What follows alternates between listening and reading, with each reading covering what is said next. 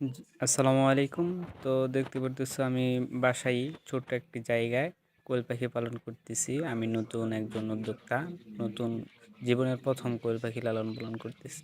তো আল্লাহর রহমতে বাচ্চাগুলার অবস্থা খুবই ভালো এবং আজকে বাচ্চাগুলোর বয়স ২০ দিন। আমি 0 বাচ্চা থেকে শুরু করতেছিলাম। তো বাসাটা পরিষ্কার করে দিতেছি।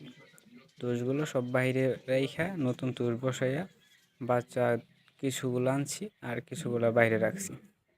তো ইতিমধ্যে সবগুলা বাচ্চাই ভিতরে এনে ফেলেছি।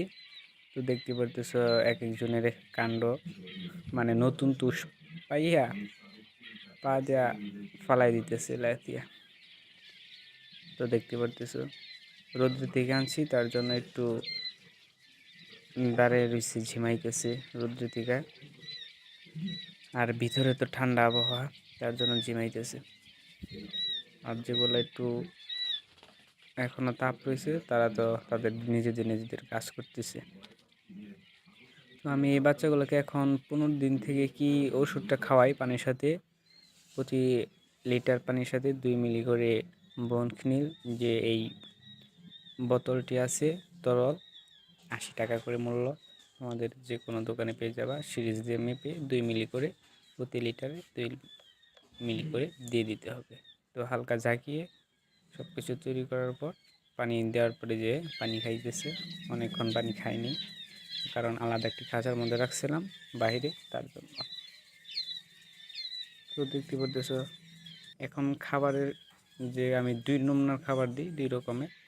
2 রকম খাবার দেওয়ার কারণে বেশ পাখির স্বাস্থ্যটা একটু ভালো থাকে, গ্রোথটা ভালো হয়, এর জন্য। তো আমি 0 থেকে 20 দিন পর্যন্ত কি কি ওষুধ খাওয়াইছি যদি তোমরা জানতে চাও অবশ্যই কমেন্টে জানাইও, আমি জানাবো ইনশাল্লাহ। আর রোগ ব্যাধি কম হবে কিভাবে সেটাও যদি জানতে চাও ইনশাল্লাহ আমি জানাবো, যে কিভাবে লালন পালন করলে পাখি কম কাটবে, কম মারা যাবে। আমি 200 বাচ্চা দিয়ে পাখি লালন পালন করা শুরু করি, মানে প্রথম যে এই 200 বাচ্চা আনি, 200 থেকে আমার 5টি বাচ্চা মারা গেছিলো। আমার নিজের ভুলের কারণেই মারা গিয়েছিলো, সেটা আমি স্বীকার করি। কারণ তখন আমি খাবারের পাত্র একটু কম দিয়েছিল, তো খাবার না খাওয়ার কারণে দুর্বল হয়ে মারা গিয়েছিল।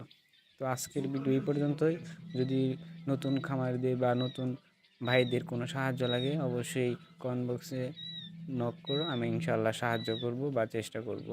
তো দেখা হচ্ছে নতুন কোনো ভিডিওতে। ততদিন পর্যন্ত ভালো থাকো, সুস্থ থাকো এবং নিজেদের পাখিদের খেয়াল রাখো। আল্লাহ হাফেজ।